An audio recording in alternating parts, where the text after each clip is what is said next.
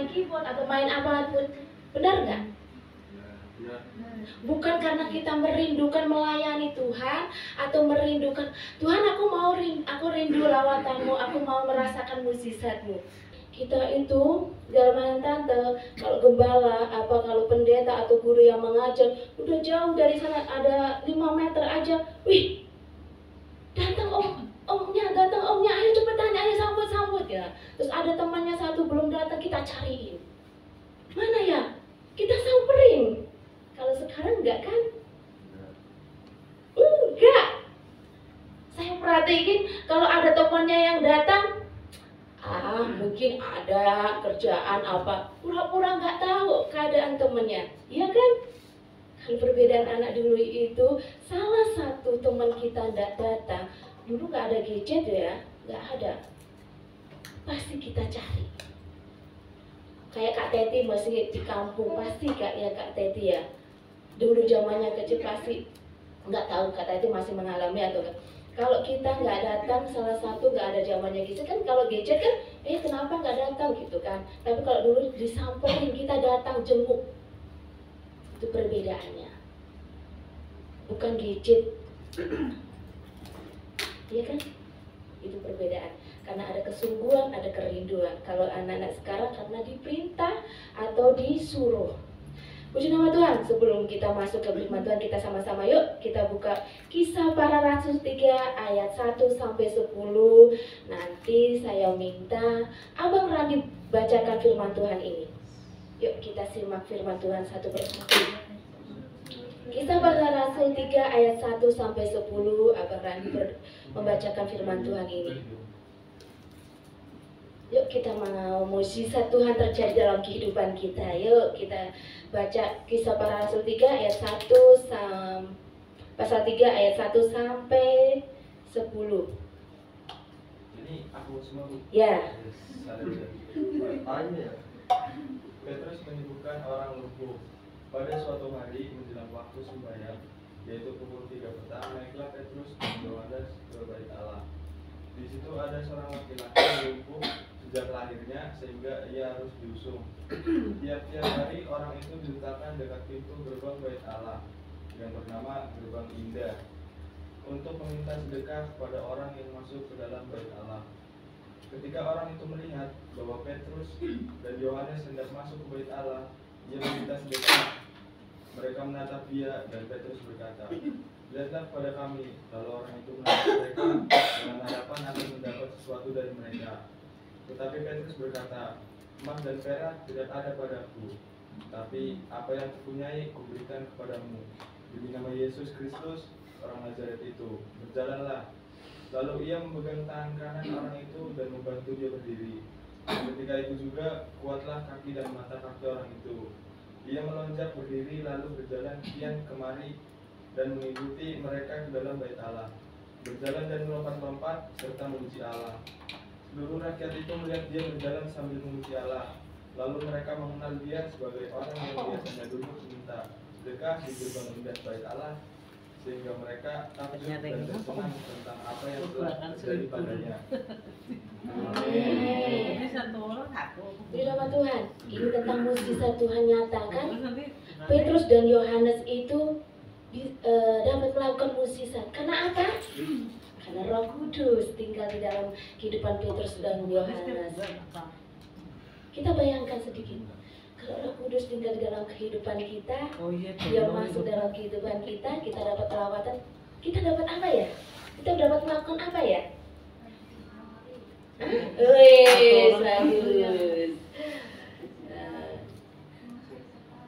Bagus mengusir setan, betul ya? Benar ya? Jangan sekalian kabur kalau saat di tempat gelap kalian kabur. Siapa itu yang paling takut sama tempat yang gelap? Gak ada ya? Nama Tuhan, anak-anak itu luar biasa kok. Ini mukjizat terjadi karena Petrus bisa melakukan mukjizat karena Petrus dan Yohanes itu Roh Kudus tinggal. Bukan Petrus, bukan Yohanes yang melakukannya, tapi Roh Kudus yang melakukannya. Ya kan? Kalau kita baca, kita simak, itu Roh Kudus yang melakukan. Melalui Petrus dan Yohanes. Dia pakai Petrus dan Yohanes untuk melakukan mukjizat itu. Apakah mukjizat itu dahulu sampai sekarang itu ada nggak sekarang? Mukjizat itu nyata nggak di zaman sekarang itu ada nggak mukjizatnya? Saya tanya Mas Agil deh. Saya tanya, mukjizat Tuhan apa yang Mas Agil rasakan saat ini? Bisa lulus apa? Oh, puji Tuhan, itu luar biasa.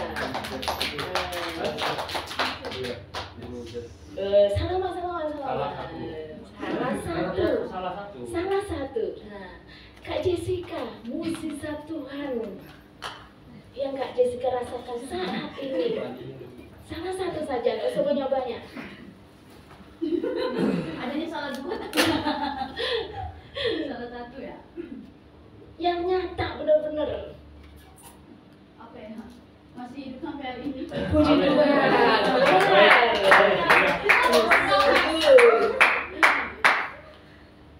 Kenapa Kak Jessica, Mas Agil itu merasakan mukjizat Tuhan nyata dalam kehidupan itu? Karena Roh Kudus, ya kan? Karena Mas Agil sama Kak Jessica dekat sama Tuhan, dia dapat merasakan mukjizatnya Tuhan. Apa banyak Tuhan melakukan mukjizat dalam kehidupan kita? Seperti ini, Petrus dan Yohanes itu menyembuhkan orang lumpuh. Kita juga bisa menyembuhkan orang lumpuh, bisa kita mendoakan orang sakit, asal kita dekat dengan Tuhan, asal kita percaya memiliki iman rohani kita kepada Tuhan. Minta Roh Kudus tinggal dalam kehidupan kita, minta Roh Kudus melawat kehidupan kita. Tapi jangan hati-hati, jangan sombong saat kita bisa melakukan mukjizat itu. Jangan sombong. Petrus dan Yohanes itu tidak memiliki apa-apa. Apa dia punya harta? Dia punya apa? Enggak. Dia memiliki iman. Dia memiliki keyakinan teguh. Dia punya Tuhan yang hidup, yaitu Tuhan Yesus. Dia percaya Tuhan Yesus sanggup menyembuhkan. Yang dikatakan ini, tetapi Petrus berkata, emas dan perak tidak ada padaku, tetapi yang kupunyai kuberikan kepadamu demi nama Yesus. Nama Yesus saja melakukan mukjizat, menyembuhkan orang lumpuh. Luar biasa Tuhan kita, kan? Luar biasa Tuhan kita. Namanya saja itu dapat menyembuhkan. Kuasanya Tuhan itu luar biasa. Kalau kita mau dipakai seperti Petrus dan Yohanes, dekatlah sama Tuhan, minta sama Tuhan. Kita lakukan dengan sungguh-sungguh. Kita hidup saat ini, detik ini kita bisa bernapas itu karena mukjizat Tuhan. Tuhan, kok aku nggak sembuh-sembuh ya? Kok aku nggak gini-gini? Jangan bilang kita sakit nggak sembuh-sembuh. Kita hidup, kita bisa makan itu karena mukjizat Tuhan loh. Ya kan, mukjizat Tuhan dong. Kalau kita nafas, kita nggak bisa nafas, kita bayar ke rumah sakit oksigen itu berapa sekali tarikan. Tapi kita Tuhan kasih gratis, kita bisa bernapas dengan leluasa. Itu mukjizat Tuhan. Jangan karena kita mau merasakan mukjizat Tuhan, kita minta-minta. Orang lumpuh itu dia nggak pikir dia mau disembuhkan. Dia butuh hanya uang buat makan. Kita kebalikan. Tuhan, mukjizat-Mu nyata dalam kehidupan kita. Rohani kita yang dikasih makan sama Tuhan. Bukan jasmani kita, tapi rohani kita. Kita butuh rohani kita bertumbuh.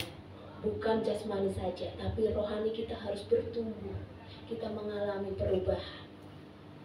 Satu, undang Roh Kudus masuk dalam kehidupan kita, supaya kita merasakan mukjizat Tuhan.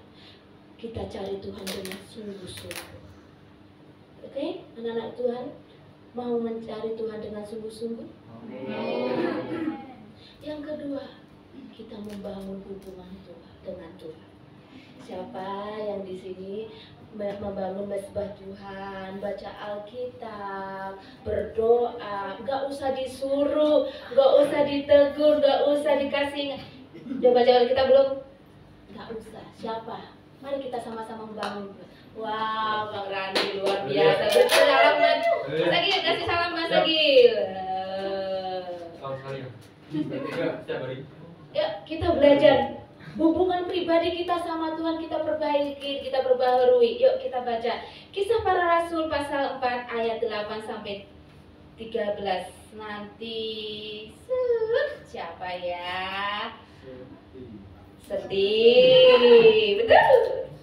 Kisah Para Rasul 4 ayat 8 sampai 13. Kak Seti minta tolong. Maka jawab Petrus penuh dengan Roh Kudus, "Hai pemimpin umat dan tua-tua, jika kami sekarang harus diperiksa karena suatu kebajikan kepada seorang sakit dan harus menerangkan dengan puasa manakah orang itu disembuhkan, maka ketahuilah oleh kamu sekalian dan oleh seluruh umat Israel bahwa dalam nama Yesus Kristus, orang Nazaret yang telah kamu salibkan, tapi yang telah dibangkitkan Allah dari antara orang mati, bahwa oleh karena Yesus itulah orang ini berdiri dengan sehat sekarang di depan kamu. Yesus adalah batu yang dibuang oleh tukang-tukang bangunan, yaitu kamu sendiri. Namun ia telah menjadi batu pendiri.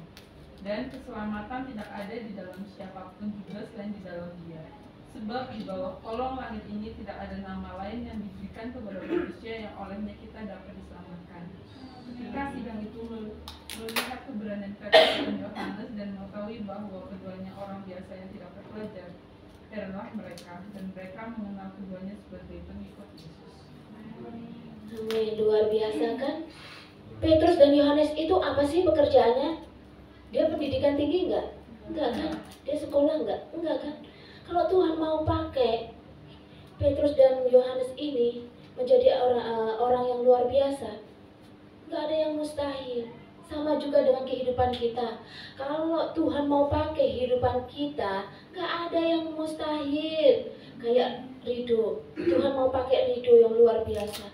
Nggak ada yang mustahil Rido. Yang penting kita memiliki keyakinan penuh sama Tuhan Yesus, membangun hubungan kita sama Tuhan. Sudahkah kita memperbaiki hubungan kita sama Tuhan? Pertanyaannya, nggak usah dijawab satu-satu deh. Dalam hati kita, sudahkah hubungan kita diperbaiki sama Tuhan? Sudahkah hubungan kita intim sama Tuhan? Kalau hubungan kita intim sama Tuhan, percaya Tuhan pasti melakukan apapun yang Tuhan kehidupan kita butuhkan. Contohnya banyak loh. Kita pasti merasa takut kan kalau Tuhan pakai dalam kehidupan kita, benar nggak? Takut nggak kita ngomong, aku orang Kristen?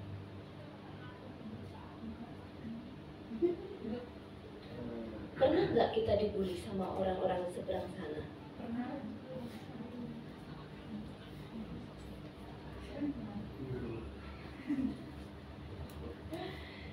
Pernah ya?